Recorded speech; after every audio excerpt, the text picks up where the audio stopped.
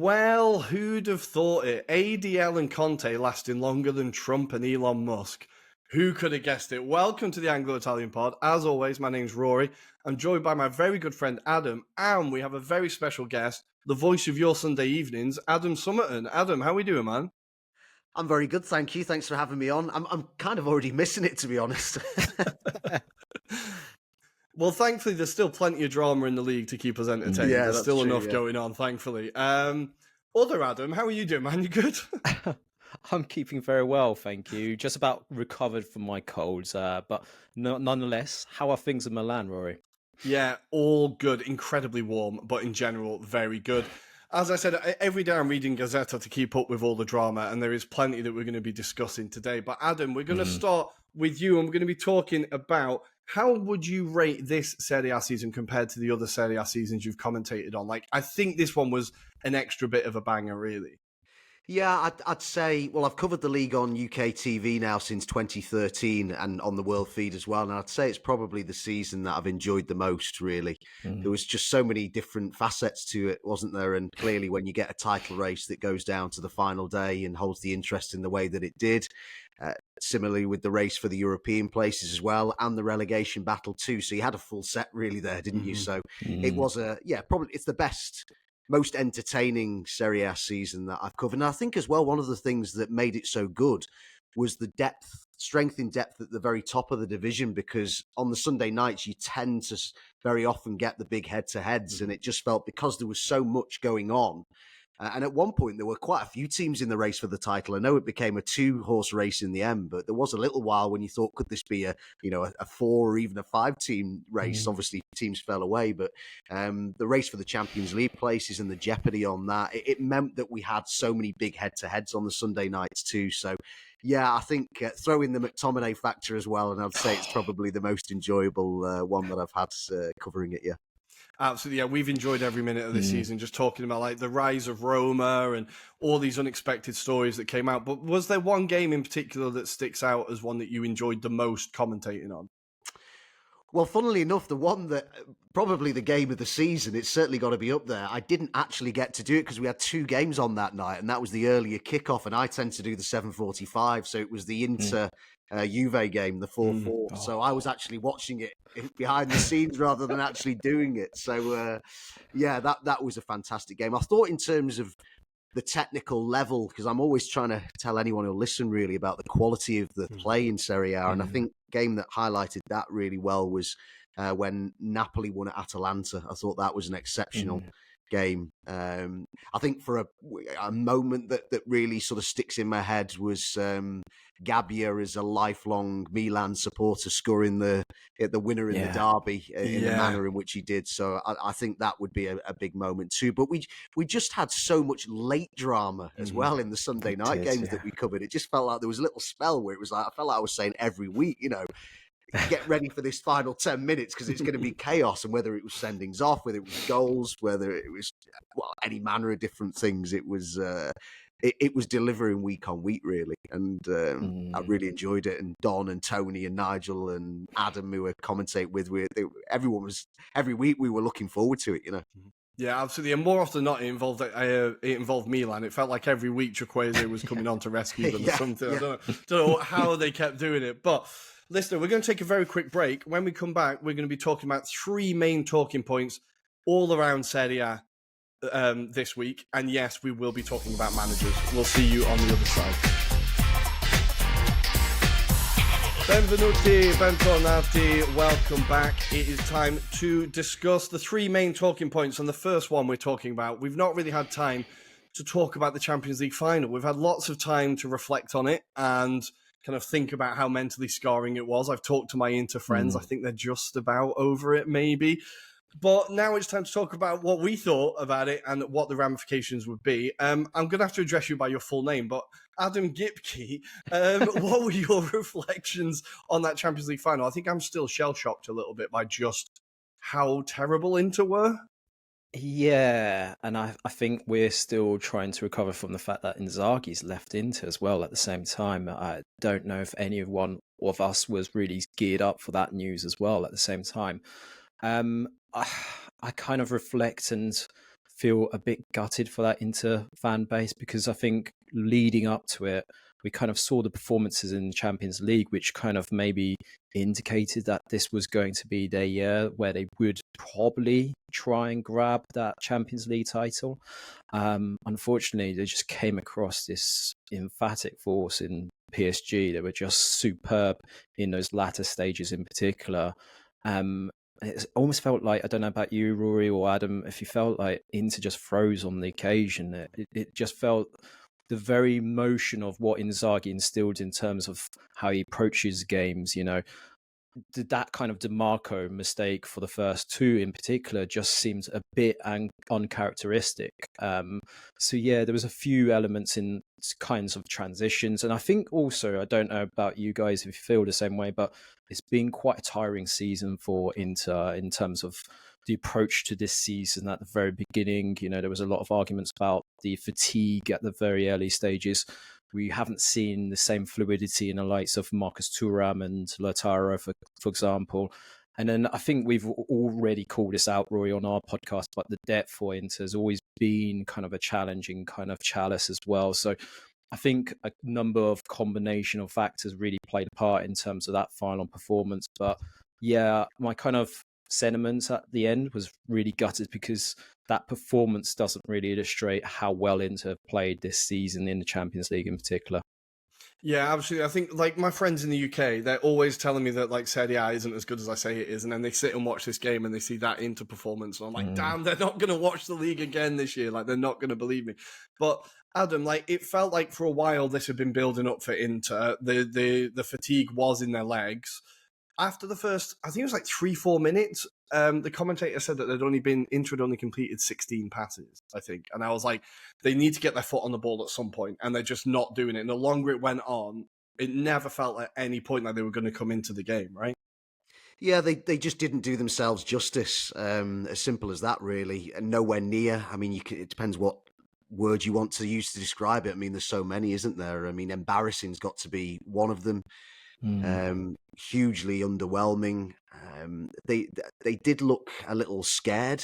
I think one of the things I took away from the first leg against Barcelona was that a lot of people going into the game, particularly those who maybe didn't watch Inter regularly, were saying, oh, this will be a team that will just camp out on the edge of their own box right from the word go. And of course, what do? They go on the attack and score inside the first minute. So I think they took Barcelona maybe a bit by surprise, but they took me by surprise by the way that they approached the final. They were so reluctant, standoffish, passive, no quality, no imagination, no drive, just everything was missing from that performance. And I agree with what you said there, because I feel so frustrated and disappointed for them as a club, because they're so much better than they showed in that game. And whilst, look, PSG are a phenomenal team, I'm not taking anything away from them, and they fully deserved the victory, clearly. And some of the football that they played was just incredible, and full credit to Luis Enrique for what he's put together there. But Inter were just so far off the Inter that we know that they can be. And it was funny because going into the final, I'd convinced myself that the average age of the squad, which is about 29 and a half, I'd convinced myself that was a positive, because particularly when you consider that 2 years ago, I felt there were so many players still there from that experience that you would think they'll take that into this game and it will help them. It will be a positive. But yeah, it just didn't bear out in reality, did it? And again, you've got to give a lot of credit to PSG, but so disappointing that's and it's the end of the cycle as well, with the manager going, and I'm quite sure several of the senior players will leave as well. So for such a good team, a well-balanced team, a well-coached team, such a well-put-together team, for it to end in the manner that it did is so disappointing. It really is. Yeah, absolutely. I think all the focus was on the midfield, I think, as well as, the entire 11. But I think I was talking to a friend who was at the stadium, and he said him and his friends just couldn't believe that the midfield completely disintegrated. There was and even Barella, who usually minimum drops a 7 out of 10, right? That's the lowest he ever gets. Even he was just blindly throwing balls forward. There was no tackles. He wasn't able to track runners. And I think, do you think that's where the age really counted? The fact that you've got a young, exciting midfield from PSG there. Do you think that midfield and the age in their legs is where it really broke down? Possibly, although, I remember covering the semi-final second leg against Barcelona, and I expected perhaps that to happen at some point in that game. And there came when Barcelona had turned it around, I suddenly looked at these Inter players and I said to my co-commentator that night, I said, I think Inter are done. I Mm. think they're cooked here. I think Mm. they've got nothing left. And then they just found something from somewhere, didn't they? And I A guess Cherby, that was it. It was a Cherby. well, yeah. Yeah. But I just felt that they just discovered some energy from somewhere, and I just kind of again had convinced myself that they would do it again in the final. But I think the way that they approached the game didn't help them either. I just wonder. Somebody said to me yesterday, or was it the day before, when it was announced that Inzaghi was definitely leaving, and we were talking about, I wonder whether the players already knew that that was going to happen, whether that deal, I mean, whether it'll ever come out in the fullness of time, who knows? But I felt that that deal was done very, very quickly, very quickly. And I wonder whether that was done before the final. I mean, whether we'll ever find out, who knows? But there just looked something not right about them. Individually and collectively. Now we can put that down to the age of the squad, and I think that is a valid thing to consider and look into.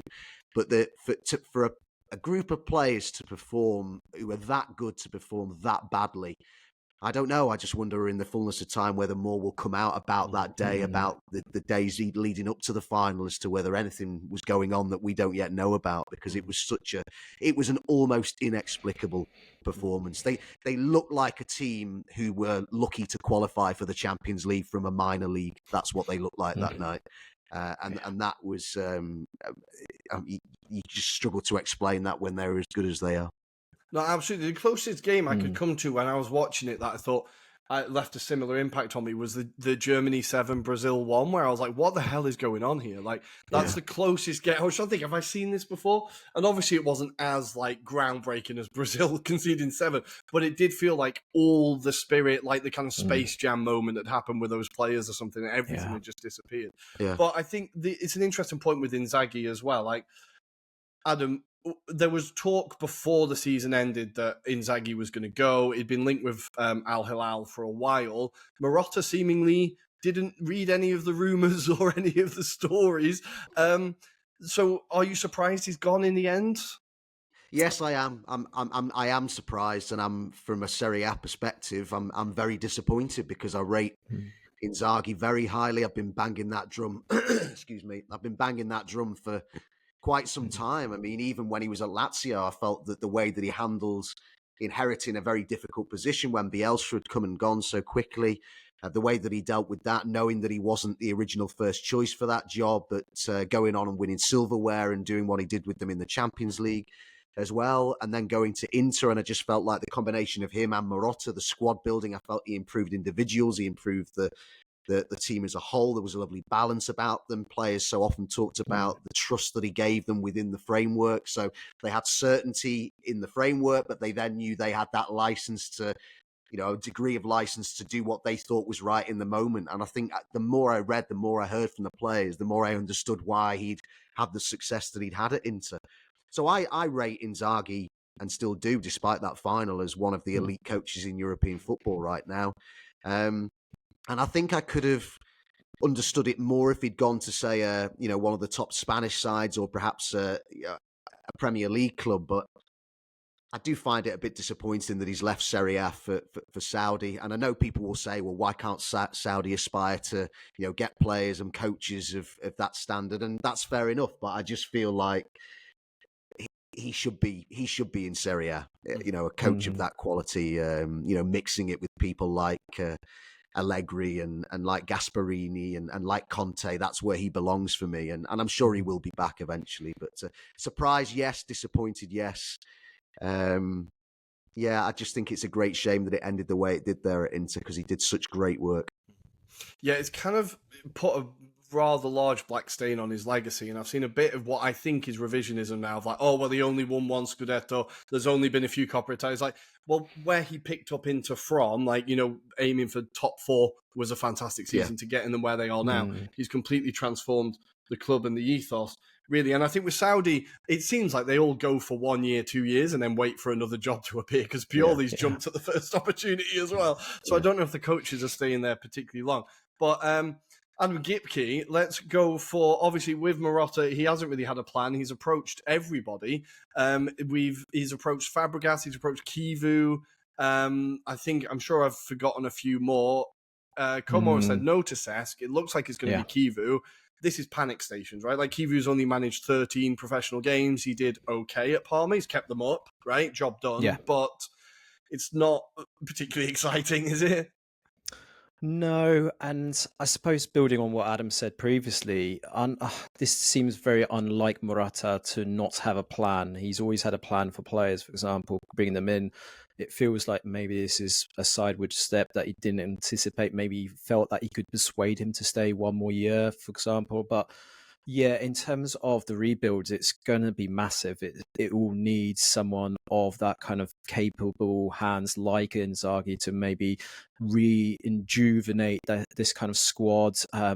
They're probably going to be working on a really tough budget again because it feels like the whole kind of politics behind the scenes also still needs to be straightened out at the moment. So there's a lot to be done. Kivu just feels like a step to appease the fan base because he is a previous player. And I'm not too sure whether he's got the kind of nous that an Inzaghi did when he came from Lazio, for example. He's only had, 12 to 13 games at Parma.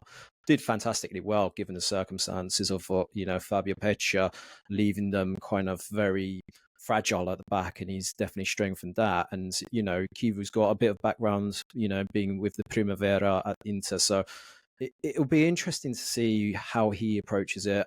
I think the problem is the boat of like the types of maybe personnel that they could have attracted, maybe the likes of Vincenzo Italiano. I don't know if that's a step too far in his career right now, but I would have expected anyway a bit more experienced head. And I kind of joked with you on WhatsApp, for example, this would be great for someone like a Jurgen Klopp. I'd love to see him in Serie A. Whether that's realistic is another thing, but that's the kind of caliber of manager or coach that I feel Inter need to inspire or aspire to come in and help them out at this stage in what they're trying to achieve. But yeah, I'm struggling to think of anyone outside of that kind of remit that could fit that role right now. Well, my rogue shout before this all happened was in to get a placeholder and wait for Guardiola not to renew his contract at City and throw everything at him because I think he's got 1 year left with an option. Maybe Marotta has something cooking. But Adam, was there anyone you think Inter should have been chasing? I did see Inter fans saying bring Mourinho back. Like, it is a bit underwhelming, Kivu, right? Well, my preferred choice would actually come from outside of Italy in the Premier League, and it would be Glasner. I think he is somebody who would tick a lot of boxes for what they need, I think, stylistically, experience, winning trophies. I think if there were any possibility at all that they could get him, I think it would be remiss of them not to at least approach him. Now, whether they have, I don't know. I read recently that their Palace wanting to extend his contract, and there seems to be some delay there. So whether there might be an in for them, but it would appear as though he's not. I haven't seen him be linked with the job anywhere. But he is somebody who I rate very highly. I love watching his Palace side. Obviously, I'm not sure if the issue with Palace and being in Europe's been resolved yet. Not yet. No. I was just about to say that might be why Glasner is kind of keeping his ink dry for now. Yeah. So he's somebody that I would look at. It's probably not realistic. Mourinho, as the days go by, Mourinho, I sort of first of all thought, nah, there's no way that could ever happen, no chance. And then as the days have gone on, I've started to think, maybe. You look at the age profile of the squad and what he did with an old, an aged squad last time he was there, albeit very different players, admittedly, but. Could it be, one last dance? Would it tarnish his legacy there, his sparkling legacy there, if he went back and it all, went to pot? So who knows? Who knows? It would appear as though it is going to be Kivu from what they're reporting in Italy right now. And I just think that is a huge... I mean, every managerial appointment is a risk. It's a gamble. I accept that. However, I think there are levels of gamble. And I think to appoint such an inexperienced coach, albeit one with a huge Inter past, and as somebody who's worked his way and learnt his trade in their academy, that granted, I still think that is a huge job to to take on. I mean, I'd even said that I felt it was too early for Fabregas. So if it's too early for Fabregas, then it's certainly too early for Kivu. So look, let's see if he gets it. Let's see how he does. But I think it's a big ask of someone who, in coaching terms, is very inexperienced at this stage. Yeah, absolutely. Well, there's still hope for Mourinho versus Conte in Serie A. There's still hope. We can now that's the blockbuster we need to top up to go one further than this season. But we've talked about managerial appointments. Let's continue talking about managerial appointments. Every single team, it feels like, is currently changing their manager. I don't have time to go through all of them, and I can't really keep up with who's going to who. It looks like Juric is going to Atalanta. Adam Gipke first. I am so disappointed Atalanta are going for Juric. I know he did okay at Torino. He finished 9th like they always do. Obviously a horrendous time at Southampton. Really terrible time at Southampton. Why do you think Atalanta are going from one of the most exciting attacking managers to Ivan Juric? I've always alluded to you in the past. I feel this is a recommendation from Gasparini. I've always felt that this was something that he kind of sees similar values from his time in Torino, for example. We know what a great job he did previous to that at Hellas Verona, so he knows the league inside out, right? But in terms of maybe stability for that club, it's someone that knows the league inside out, and that's probably where they've gone towards. I mean, there was links with Palladino and also Pioli as well. I'd probably prefer Pioli potentially out of the options, but I didn't think Palladino did a bad job at Fiorentina last season. But again, stylistically, I think towards the end of his time with Viola, the fan base got on his back as well in terms of maybe the expectations. And I think Palladino was an interesting one because he'd come off such a great 2 seasons with Monza, for example, and it was always going to be a step up, whichever job he took on next. But yeah, potentially Atalanta looking at a safe pair of hands, and that's what they've got in Ivan Juric. Whether, his previous roles have tarnished his legacy, possibly, and that Roma spell didn't really particularly leave him with plenty of flowers at the end of it. So I think there's going to be a lot of doubts about his credentials going forward.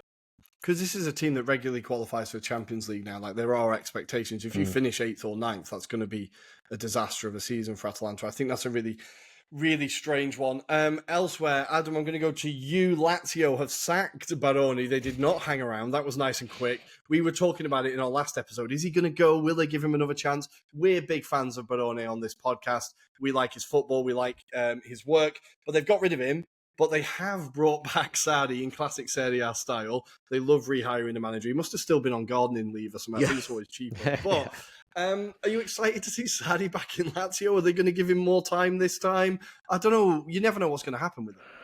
Well, I felt Baroni was a little unlucky, actually. I thought he did some good work there for the most part. I understand why, the way the season ended has clearly left a sour taste in the mouth and has played a big part in why he's left. But Sarri I'll always have a soft spot for because he produced some of the best football, most entertaining football I've ever seen in that Napoli side that he produced. But one of the really important things to stress about that Napoli side was it reached its peak under him after 3 years.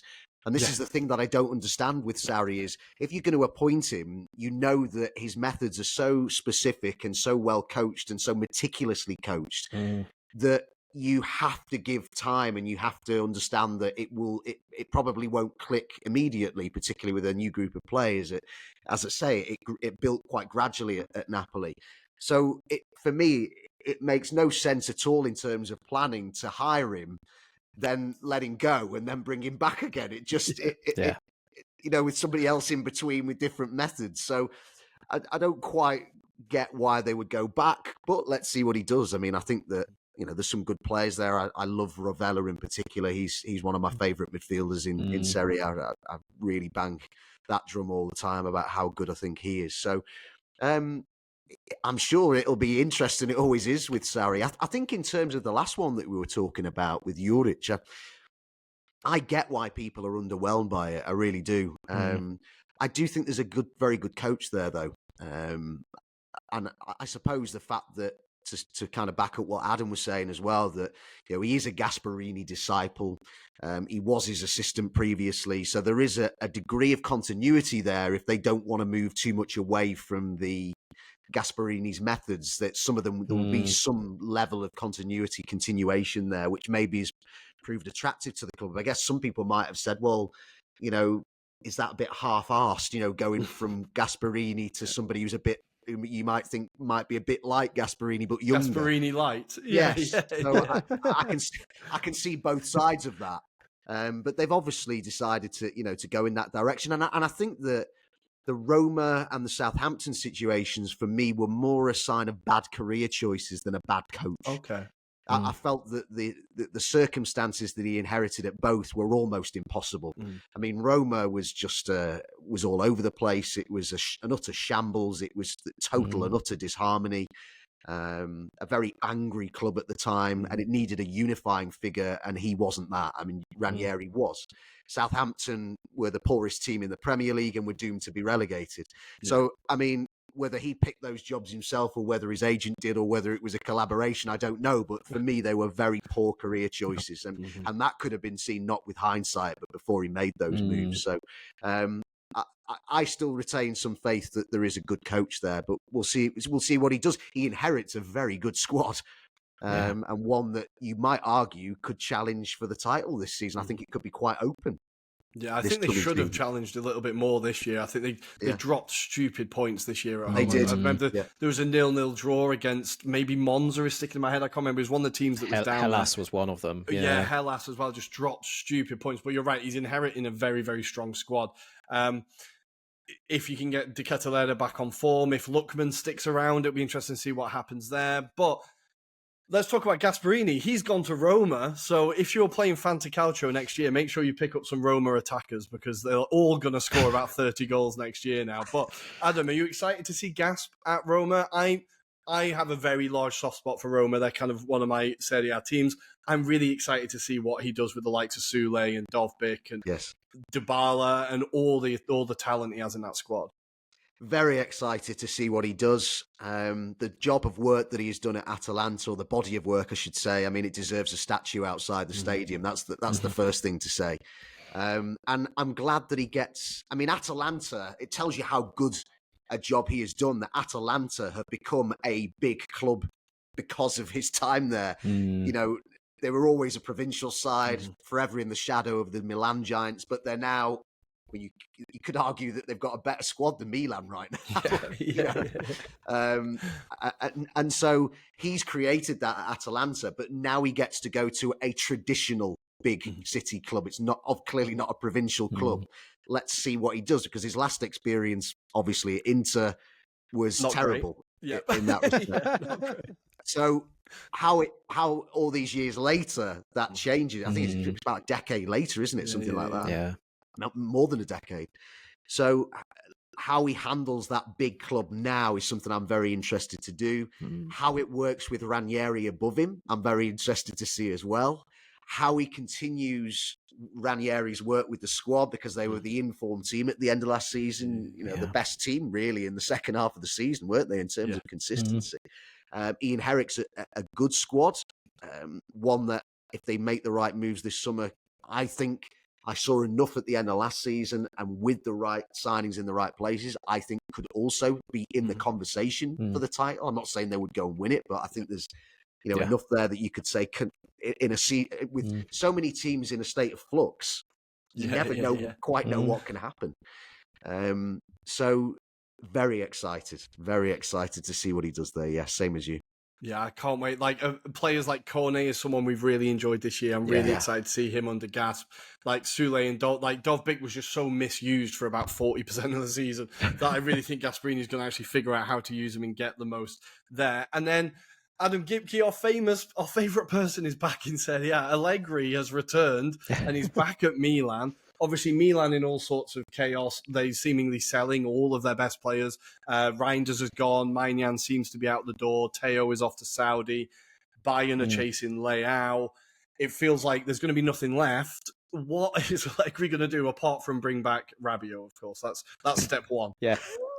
Yeah, certainly aesthetically, the football will definitely change, as we know from our Juventus coverage days, and I'm sure Adam cannot wait for some more Allegri to cover. But yeah, I think obviously they've decided that it's all about results rather than the substance of the football itself. I was expecting maybe more from Sergio Conceição in terms of his introduction. I was of the belief that maybe he would, shape some discipline into terms of this squad and the way it would work. We saw what great work he did with Porto, for example, but Allegri has a firm grip, it's fair to say. It'll be interesting to see how many of the younger players he looks to bring in. And there's rumours about Samuel Ricci from Torino being brought in as well. So I think that will help that kind of base in midfield, because I think Fofana hasn't really done much, and Yunus Musa as well has really struggled this season, for example. So I think that's definitely something that they've addressed. Defensively is always where I felt the issues were.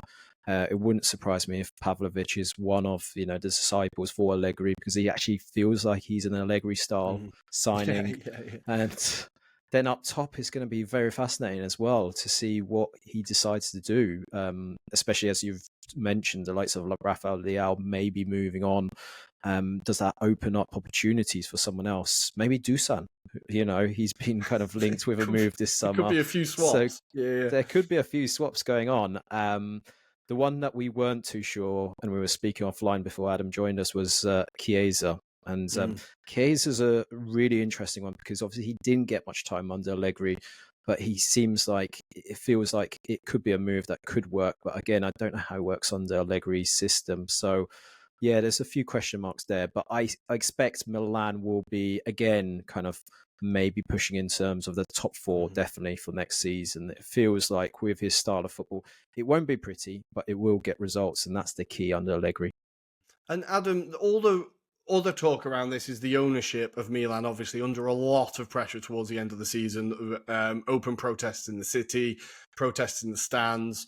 It's seemingly happy to sell all their best players, trying to do everything on a budget. Is this really... Could this be, like you were talking about Juric having poor choices in jobs, could this be something that Allegri looks back and choosing to work for these owners who clearly aren't going to back him too much? He's walking into a really difficult situation. He is, and I wonder what guarantees he was given when he took the job, because you're right to underline the size of the task that's ahead of him. In terms of Rafael Leao, that he is somebody that I've talked to. I remember talking about on another podcast a year ago, and my feeling was that they should have cashed in on him then, because I felt like 1,000%. I felt like I knew what we were going to get from him this season gone, and I knew it wouldn't be very different to what we'd seen the previous season. I just felt if they wanted to start building again, then maybe it was the right time to maybe go to Saudi and say, anybody fancy this guy? Because I just think he's always going to be somebody who we know how good he can be when he's on his game, but he just flatters to deceive too much. And I just don't think that you can put so much emphasis on one guy who you never quite know what you're going to get from them. That to me is emblematic of where Milan were as a team last season. You never quite knew what you were going to get from them. I don't think it's any accident that their star player, that's what you get from him. Yeah. And I think if it weren't for Reinders, it could have been even worse, a lot worse for Milan last season. I mean, he was superb and very consistent. It looks like Maignan might be going on the cheap because he's only got a year left. Reinders has already gone. There's going to be a lot of, they have to be very savvy in the transfer market. Clearly, they're going to have to sell, or already are doing, selling to buy. So it's a massive task.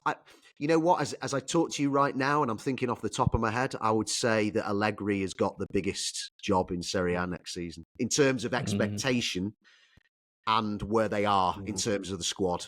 I think that is the most difficult job. I mean, people could look at the situation at Juventus as well, but I think that squad-wise, they are better off than Milan right now, in my opinion.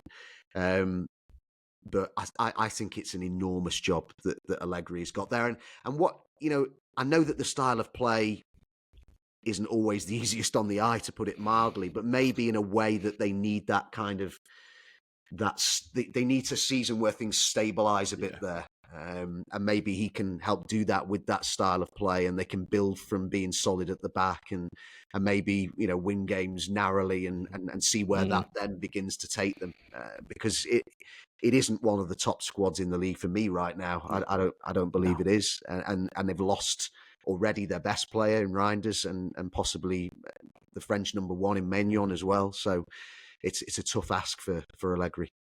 Absolutely, but is this a chance for him to kind of turn the culture around at the club? 'Cause it might be a bit of a, Yes. maybe it's a bit of a lazy comparison, but it feels a bit like the issues there are kind of like at Manchester United. It just needs a hard Yes. reset.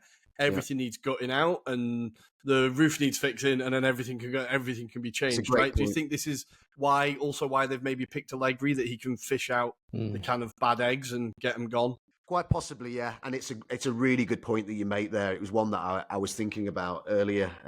Is that it felt particularly in the second half of last season under Conceição, after the elation of winning the Super Coppa, it felt rotten when you watch them sometimes. You just felt, whilst this isn't for me one of the best squads in Serie A, it's a lot better than it's showing.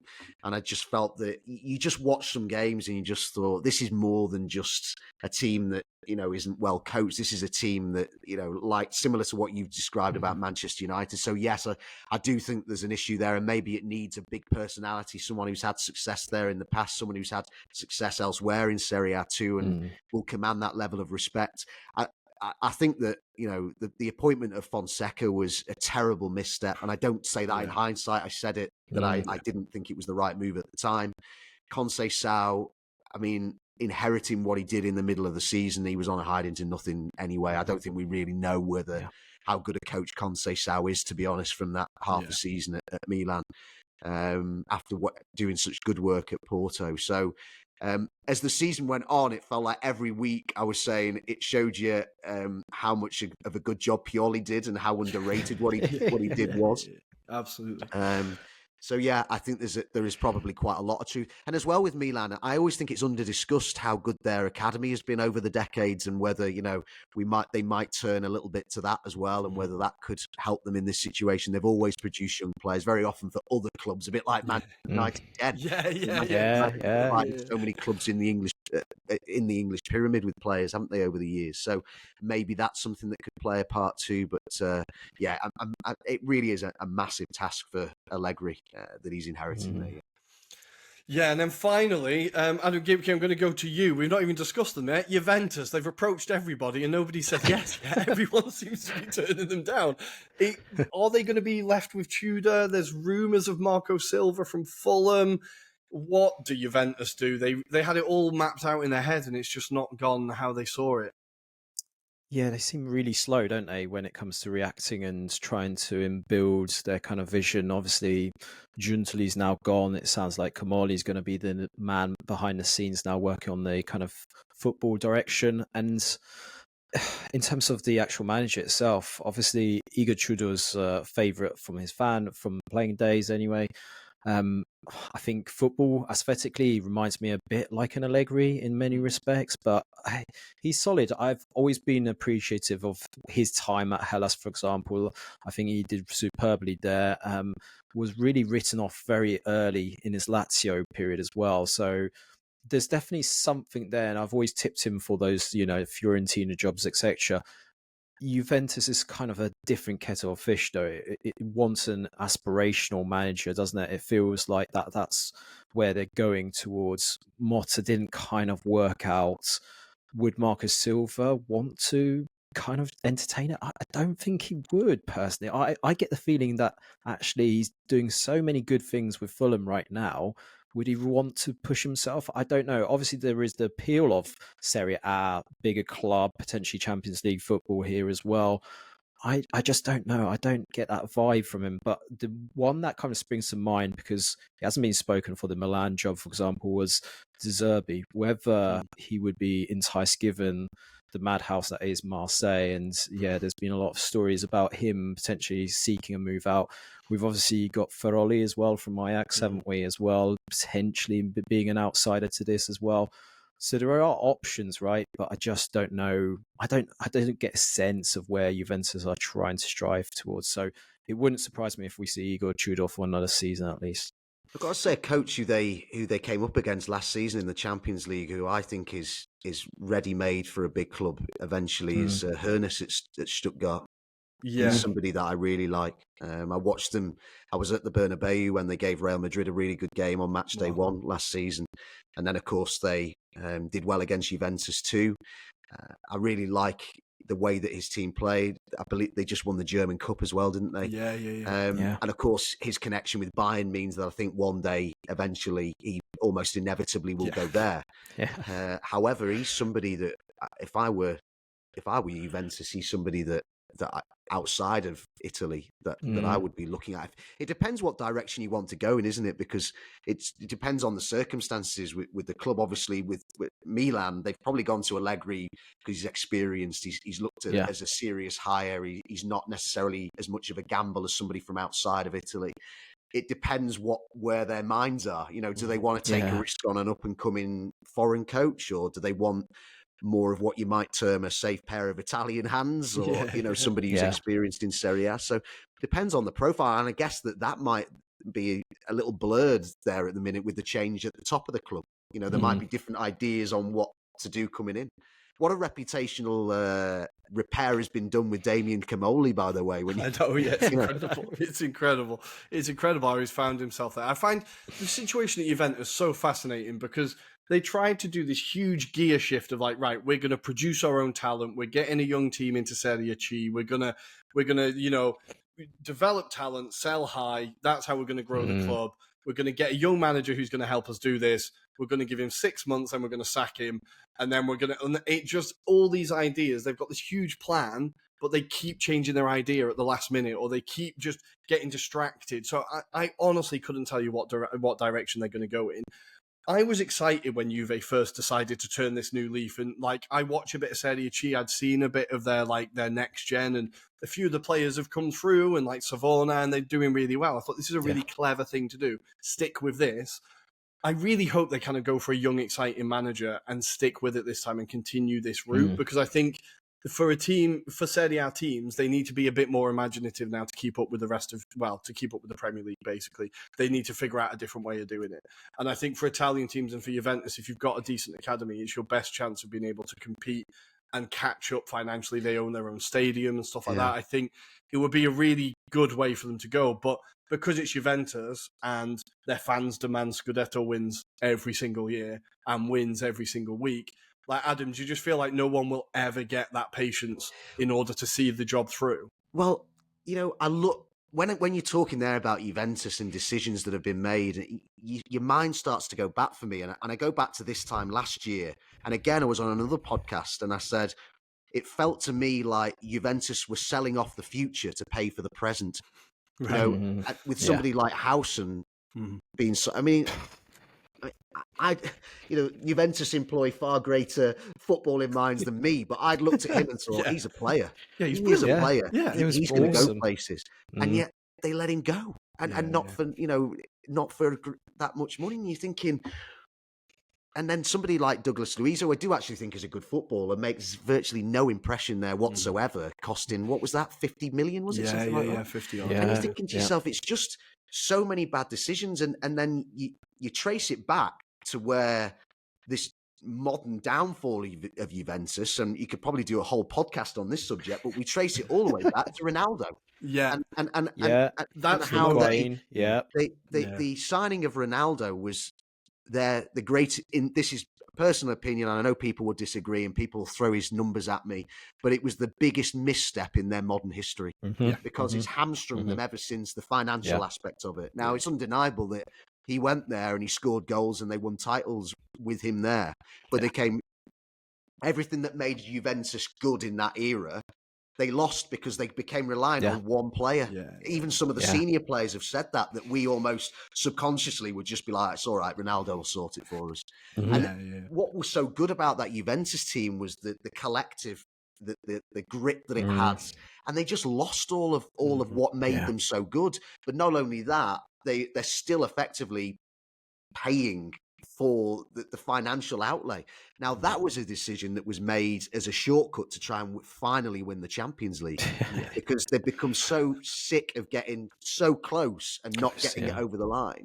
And Ronaldo was seen, I think, at the highest level of the club as we can't keep we've got to win this competition. It was an obsession, and he was seen as like the near guarantee of winning it. And then they didn't make beyond the quarterfinal with him, did they? No, they've not got close since. They've not even got close. It's incredible. And so for me, you can trace so many of Juve's current problems back to then. Now, look, I'm not seriously sitting here saying that all the issues right in this moment are down to Ronaldo. A lot has happened since he left the club.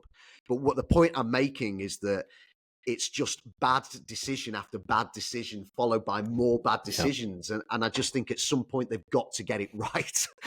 You know, you'd think surely they will get it right at some point. And I think part of that is a degree of patience too. Mm-hmm. Yeah. You know, and what you said is right. The expectation, it's like a vicious circle, because the expectation means no patience, which then, you know, so they're in a vicious circle, and it's who finally gets them out of that will be so interesting to see. Yeah, they're never away for long for Juventus. I'm sure they'll figure it out eventually and get end the Scudetto drought. But before we let you go, Adam, we're going to finish. Who would have thought that Napoli would be the most stable team in the league? But let's talk about Napoli. It looks like they've got a bit of stability. They went through 5 managers last year, I think it was. They've finally got a manager. They've got Conte. He's brought the league. They've convinced him. Like, are you surprised he's staying? I'm very surprised he's decided to stay. And what do you think De Laurentiis offered him in order for him to stay? It must have been, I don't want to speculate what he offered him, but it must be a pretty big bag of cash. Did you enjoy as much as I did the look between the two of them at the presentation ceremony? I think Don Hutchison, who was sat next to me, said, "I wouldn't want to play poker with De Laurentiis." Yeah, terrifying people. Yeah. Terrifying people. Yeah. I remember again this time last year thinking to myself, I give it 2 months maximum before there's an explosion between those two. And the fact that really, I know there was 1 or 2 little sort of barb comments in the press during the course of the season, but nothing sort of volcanic, was there? Yeah. And for them to keep it together as well as they have done, with the size of the egos and personalities involved, is great. I mean, sometimes in life, it's the most unlikely combinations that actually work, isn't it? You know. Yeah. So maybe we're seeing a bit of that. Look, I think you're right what you say there. Clearly, he must have been given some guarantees of backing and finance and ambition. And I think for Napoli supporters, it's so exciting that he's decided to stay, an elite level coach has decided to stay, because I remember how disappointing it was to see them finally. What I always think in football, when you can marry style with substance for a coach, that's got to be almost like the holy grail, hasn't it? And Spalletti did that with Napoli. Yeah. They played the most beautiful football, but with success. Yeah. So when that ended in the way that it did, and so unnecessarily, when it was just like, just give him the pay rise and the improved contract. You didn't need none of that. Needed to happen. None of it needed to happen. Yeah. It was a self-inflicted wound that destroyed their next season. And you just think now for Napoli fans, how exciting it is that they're going to keep the coach that's delivered the Scudetto. And they can. I remember after they won the first one, I remember De Laurentiis saying immediately afterwards, "Look, we're not done here. We're going to go and try and win the Champions League," or words to that effect. Now, that clearly didn't materialise. But I wonder whether now we'll see Napoli as a club under Conte really kick on and start to be a side who reached the very latter stages of the Champions League. I mean, that's got to be the ambition, hasn't it, for a coach of his quality and a club of that size, and a squad that I think is good already. And if they add in the right places, and they need to, because they've got Europe, obviously, so it needs more depth. But very, very exciting for Napoli supporters. They've got that continuity and stability that others around them have not got. Yeah, absolutely. Yeah. If he manages to deliver the Champions League to that city, the statue will be bigger than the one in Rio. Like, I think it'll dwarf the entire south of Italy. Like, it would be incredible if he manages to get that done. But do you think this is the opportunity now for, like, because we said exactly the same when Spalletti left, or before Spalletti left, we were like, right, go build a dynasty. Like, you've got Kvaratskhelia, you've got Osimhen, go and, like, dominate for years. Obviously, they didn't. Do you think this is the chance for them now, with all the clubs being starting from square one, effectively? This is the chance for them to line up a few Scudetti and be like, right, we're going to be the biggest team now. It's a fantastic opportunity for them with a coach of that caliber there, a proven winner. He's won Serie A now with 3 different clubs. Nobody has done that other than Capello, who had those titles stripped away from him. So they've got a top coach there. They've just got to make sure that there's no self-inflicted wounds, because that's what I always worry about with Napoli. I really, it's as good as a situation looks. I think, oh, but what if this happens, or what if this fallout? So you always have to sort of be on guard a little bit when you're saying what could happen at Napoli. If everything remains on an even keel and they have a good transfer window, because I do think that's so important now for Napoli. Strengthening from a position of strength could never be more important for them, because one of the reasons that they won that title undeniably was because they had one game a week when other teams were playing three. Absolutely. So as good as some of the players are, you can't ignore the fact that now, with the added responsibility of the Champions League, they must strengthen. And I don't believe it's just about the signings they made in January, which didn't strengthen the first 11. It maybe strengthened the squad a bit.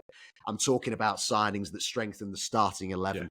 And that it's so important that they get good business done this summer. Do that, keep Conte, keep everybody calm on an even keel. And yes, there's no reason why Napoli can't go on and build more success and win the Scudetto. I mean, if us three sit here now and we're asked who right in this moment on the day the fixtures are released, who's your favourite to win the title? Mine's Napoli. Yeah, absolutely. Absolutely. There's no, because, and it is because of Conte, but as you said, because every other club's changing manager, we don't know what to expect from anyone. So it's going to be, it's going to be fascinating. Obviously, it looks like Osimhen is going, but I saw that he's turning down Saudi Arabia. He's still waiting for a big European offer. If by some miracle Conte could convince him to stay at Napoli, then we're really talking. But I think that might be beyond possibility at this point. I'm still, as an Arsenal fan, kind of hoping Arteta sends him a message at some point. But Adam, we just want to thank you for your time. Thank you for coming on the pod. It was fantastic having you. We look forward to hearing you again next season on Saturday, on Sunday evenings. Are you equally as excited for the next season in Serie A?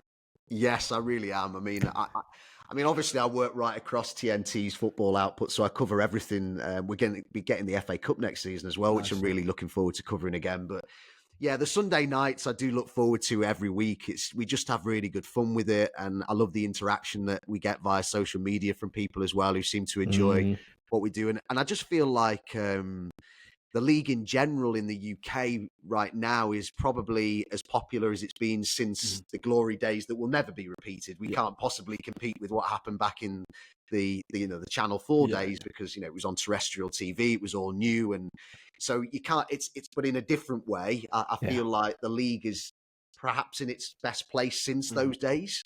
And it just, one of the things I love is when, and it seems to be happening more and more, is I'll get people saying, oh, we've really got into the Sunday night, so much so that me and my mates are all going over to Italy to watch a game and things like that. And I love hearing things like that, because it's the league that I grew up loving, and to think it's people sometimes in their 20s and their 30s saying that. I'm in my mid 40s, so I come from that 90s Golazzo generation. So for people in their 20s and their 30s to be loving it now, it's I'm not saying, by the way, that's all down to us. It's the league, and we just sort of, our coverage on Sunday nights hopefully helps in that respect. But I love it. It just brings a smile to my face.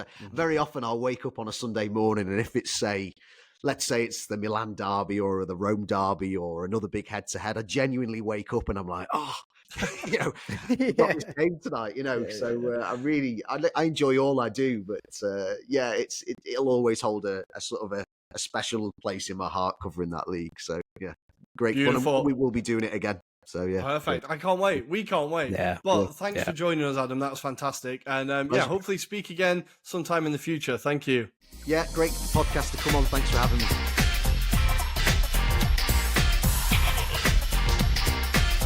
Thank you again to Adam Summerton for coming on. Absolutely unbelievable guest. What a legend. And thank you, Adam Gipke, as well. I felt weird using your second name. But, we have to adapt to these things.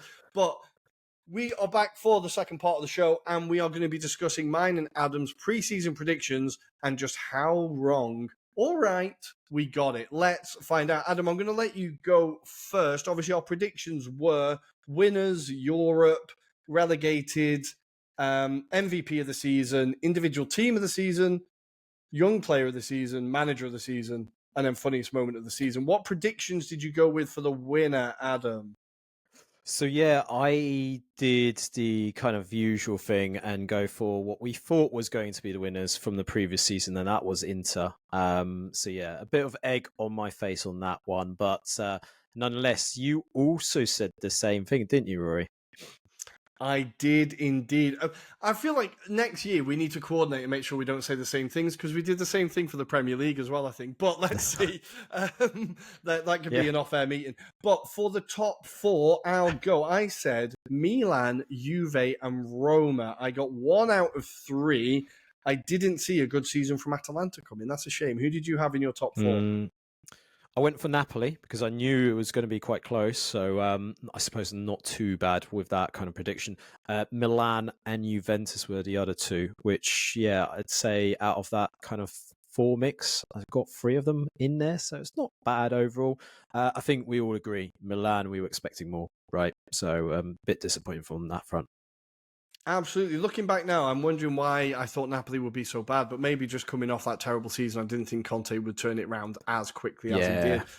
But yeah, disappointed I didn't put them in the top 4 at least. Maybe I kind of caveated it with 5th, but still a terrible shout. For relegation, who did you put down, Adam? So I'm quite happy with this one, but Empoli, Venezia, and it was Calgary because I thought Calgary Ooh. would kind of be dragged into it. But yeah, I'm not too disappointed with the other two. We did kind of speculate with Empoli for such a long time that they need a kind of reset, right? And Venezia, I was never really compelled that they had enough quality within that squad to kind of keep them in the league, right? But look at yours. You weren't that a million miles away from myself, were you, on that one? Well, neither of us rated Empoli or Venezia, clearly, but I went for Parma. I think it's understandable that none of us saw Monza's monumental collapse coming that drastically. Yeah. I think, obviously, they've been fairly comfortable in the league for a few years, so I'm going to let us off with that one. But Empoli and Venezia, I think we kind of nailed it. But yeah, Monza, nobody really saw that coming. For the MVP, I, of course, put Scott McTominay. No, I wish. I put Nicolo Barella. Obviously, I'm always going to back my boy. A bit of a disappointing season from him towards the end. But who did you put for your MVP? I went for Lautaro, and he's been anything but MVP, hasn't he? He's been quite disappointing this season, and maybe carrying a bit of timber during the duration of the season, it's fair to say. So we'll leave that one there, Rory, but I'm going to move on to young player of the season. I went for Matteo Sule because I was expecting him to build on what he did with Frosinone, Juventus, and obviously, yeah, it didn't necessarily transpire until the latter part of the season. I think there's an argument to say he didn't do too badly, but you went for Jan Bissek, didn't you? It's an odd one, isn't it? It's an odd one. I think I'm not sure why I put that and why. I think it was optimistic to think a defender would get Young Player of the Year anyway, to be honest. Yeah. I still think he's had an okay season for the minutes he's played and the games he's played. I think he's done well, but he was some way off Young Player of the Year. Just to remind you, the winner of Young Player of the Year was, of course, Nico Path from Como. I don't think either of us saw that coming either, but obviously a fully well-deserved award for him. Unbelievable. Maybe we should have made more of a deal of Como. I'm not sure in our preseason. I think we weren't as excited as we should have been. But for our surprise of the season, I've just seen what one of my surprises of the season is. I'm so embarrassed. Adam, your surprises of the season? I put Parma to survive because we did say surprise of season didn't have to be necessarily a player. It could be a team as well at the same time. I also expected Filip Marfinski, who had joined from Lech Poznan to Lecce, to break through. Never really happened, unfortunately, under Gotti, and he sustained a cruciate ligament in the end, so he's been recovering from that, unfortunately. But the other one that I called out here, Rory, was Libriali and Carmada to maybe break through at Milan, be a staple within the squad. Again, never really transitioned. I don't know whether there's just a lack of maybe belief that both of those two could kind of sustain a first team squad, but it does make you question what they do going forward, given that the Primavera side have been relegated to the Serie A. So it's a bit of an awkward one. But what was your surprise of the season again, Rory? You can see it, so I know you'll my surprises of the season. I went for a team and a player. I said Udinese to do well. I was right for half of the season, I suppose. They were really disappointing, Udinese. They're just such a nothing team. And then the one that is going to haunt me like my Lazio Scudetto shout is I said that Alvaro Morata would get Capocannoniere. I just have to apologise, really. I don't know what else to say about that. I think... Is that apologies to Morata himself? Or to the universe, to, I don't know, to Calcio, to Serie A. I think it was such a disgraceful shout.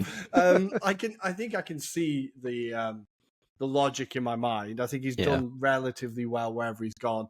He's obviously been really poor at Milan this year, but Milan in general have been very poor. But I think that is a horrendous shout from me. I'll be honest. I'm really just going to have to hold that L, as the kids say. But we're going to shift very quickly from our preseason predictions, and we're going to go to our postseason awards.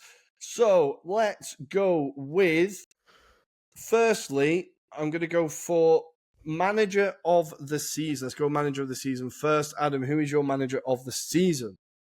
I don't think you can go any further than Antonio Conte. I think he's done an absolute superb job.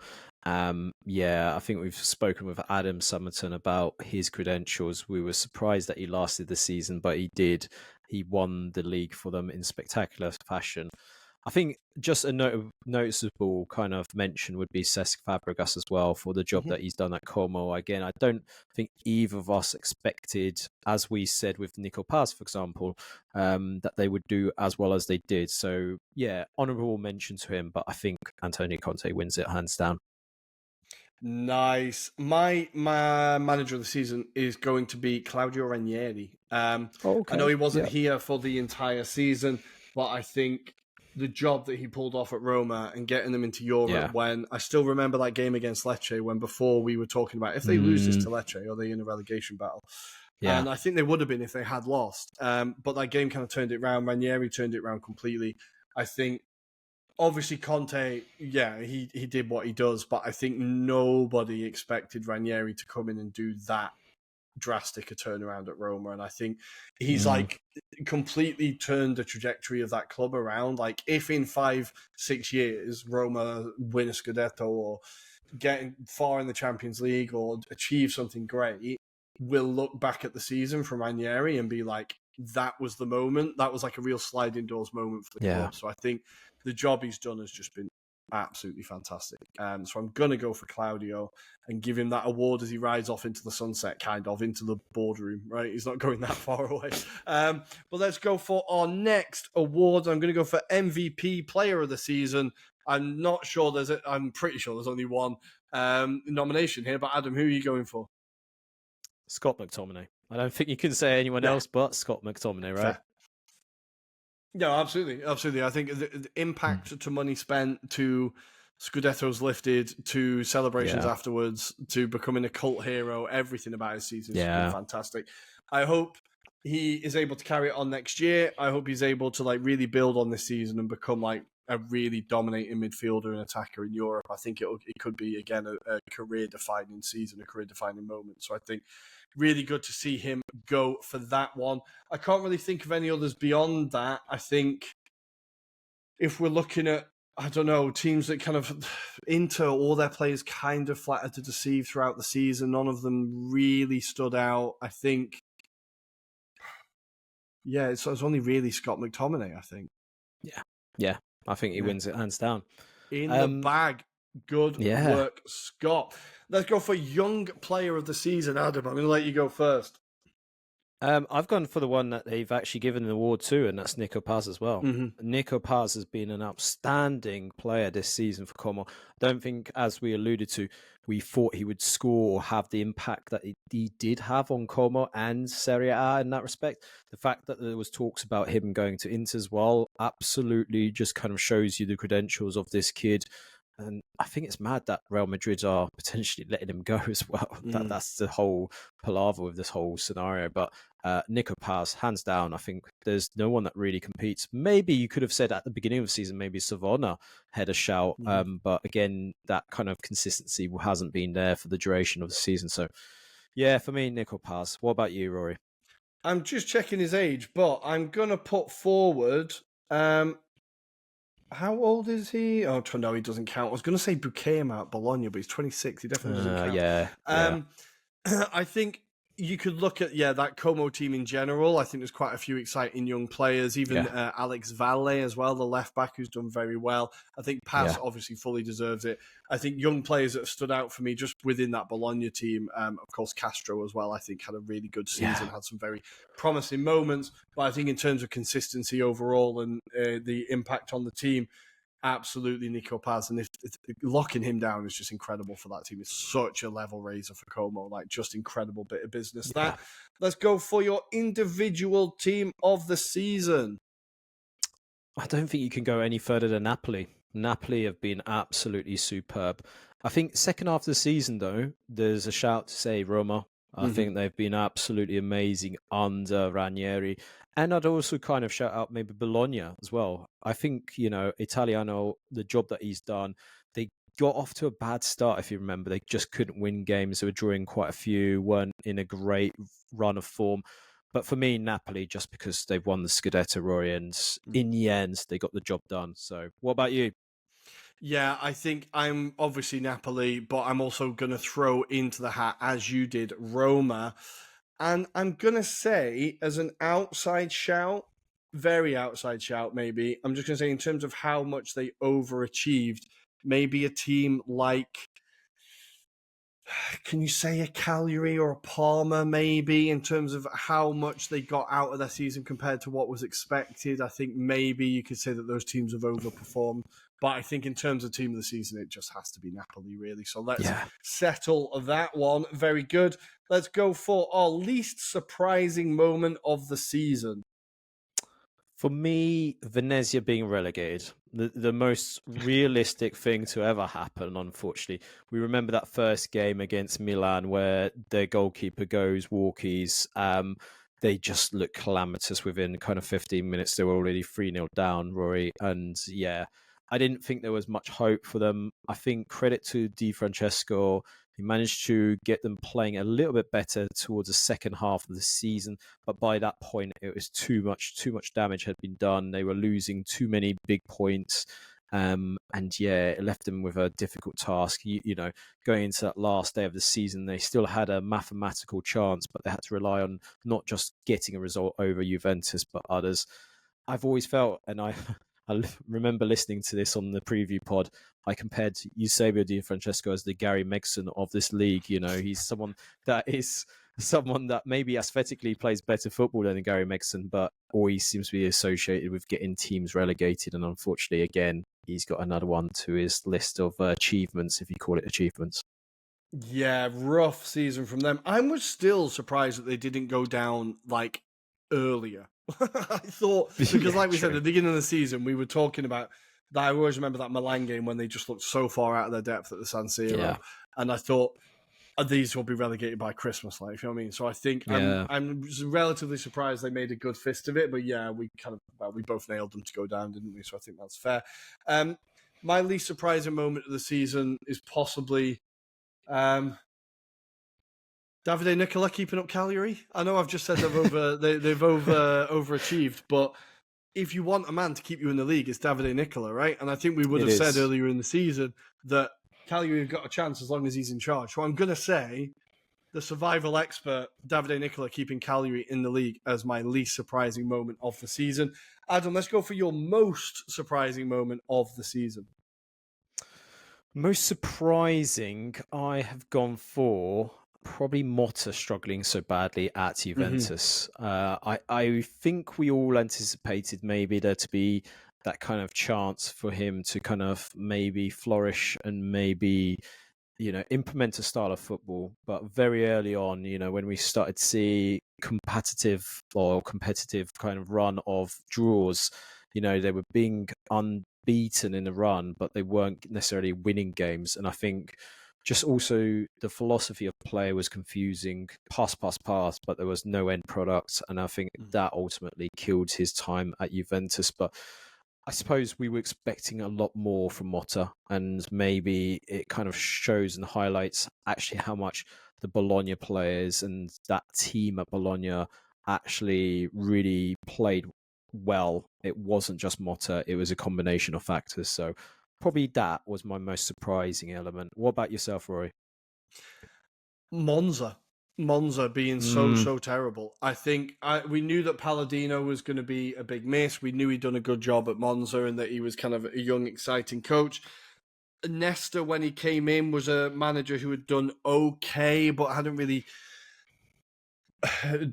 achieved much at other clubs without being too rude. I think I'm really surprised at just how weak they were and how there was yeah. no improvement at all. Even when they brought in a different manager, then brought him back, there was no lessons learned. There was no defensive shape. They were just, it felt like from the first match day or after 5 games, they were just like, oh, we're going down, so let's just hand it in. Like there was no fight, there was nothing. And I think obviously there's reasons outside of off the pitch and all sorts that Monza are less stable than they were, but it felt like they were going to be a team that were in the Premier League, were in the Serie A for a while now, and we're going to stick around, and they got some mid-table finishes, and I just think seeing them drop so sharply was a real big surprise for me, and I think we could see them in Serie A quite soon because it doesn't seem like they're going to be turning it around. So I think that for me has to be the biggest shock of the season, just how bad Monza have been.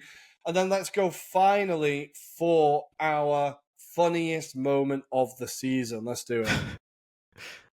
So I'm gonna give an honourable mention to Lorenzo Luca and his penalty spat on the pitch against Lecce. I just remembered that today, Rory. But my number one shout is Alvaro Morata. Obviously, he's been posting pictures of him and his family at home enjoying the kind of rural kind of scenes north of Italy, and then the local mayor kind of highlighting where he actually lives. But more importantly, when they exchanged a few blows between each other on social media, he replied with Forza Inter. So, yeah, no love lost between the two of them. But let's kind of recap. Doxing one of the star players is just insane. Unbelievable. Yeah, it's a town just north of Milan. And I was like, oh, is that where he lives? Okay, nice. Good to know. Exactly. If I ever want to chase him up on why he didn't get Capocannoniere, I know where to find him. But yeah, my funniest moment of the season, I think I'm going to give, I think my honourable mention is is Gasparini calling Lookman after the game, just saying to Lookman, that's one of the worst penalties I've ever seen. He's one of the worst penalty takers I've ever seen. A truly outstanding effort of shooting yourself in the foot and the club that you love. Just an unbelievable moment. But in terms of a video that made me laugh so much, and I watched it more times than I could even tell you, is when they went around Naples trying to get people to pronounce Scott McTominay. Is just such a good video. And I need to get the voice, so I need to find it, but I tried to get my girlfriend's cousin to pronounce his name as well, and he did send me a voice note. I need to ask his permission and find it. But that video of just McTominay and all the different pronunciations, I just thought it was fantastic. And it was the start of the McFratum and all that, and the kind of the fever that has taken over Naples. So I thought, just that video alone, I thought it was very, very clever from Napoli. And very, very funny video. Just an incredible season from Serie A. Absolutely unbelievable. Kept us hooked when the Premier League was making us drift. So thank you, Serie A. We're really, really looking forward to the 25-26 season. We've got some big news coming up ahead of that season as well, listeners. So please do stay tuned in. Keep an eye on our social media. There's going to be lots of announcements for you soon. But Adam, anything to say before we let them enjoy the summer holidays? Enjoy the rest of the football, whatever kind of comes across this summer. I certainly won't be watching the Club World Cup, so don't worry about that. But thank you for being part of the pod this season. It's been really, really, truly, I feel blessed with the amount of followers, the increase in subs. But more importantly, it's the time and effort, Rory. We enjoyed doing these kind of episodes. We enjoyed having Andrea as well for this season. He's been kind of a late addition to this season's pod, and he's been great to have, even for his Fiorentina perspective, even though it can come across a bit dour on times. A little bit dour. But no, just really thankful for anyone that listens to us. Just even the other day, me and Rory were just looking at how many different nations we're actually it's touching, crazy. and it's just crazy, absolutely crazy. So many thanks for myself. I don't expect many people to listen, but the fact that it's across different nations that I wouldn't anticipate to be listened to was heartwarming as well. So thank you very much. Enjoy your summers, enjoy your loved ones, more importantly, and we'll see you next season. Yeah, shout out Peru, shout out USA, Australia, Canada, Sweden. UK, Sweden. We love you all. Enjoy your summers. Ciao, a dopo. Ciao, ciao.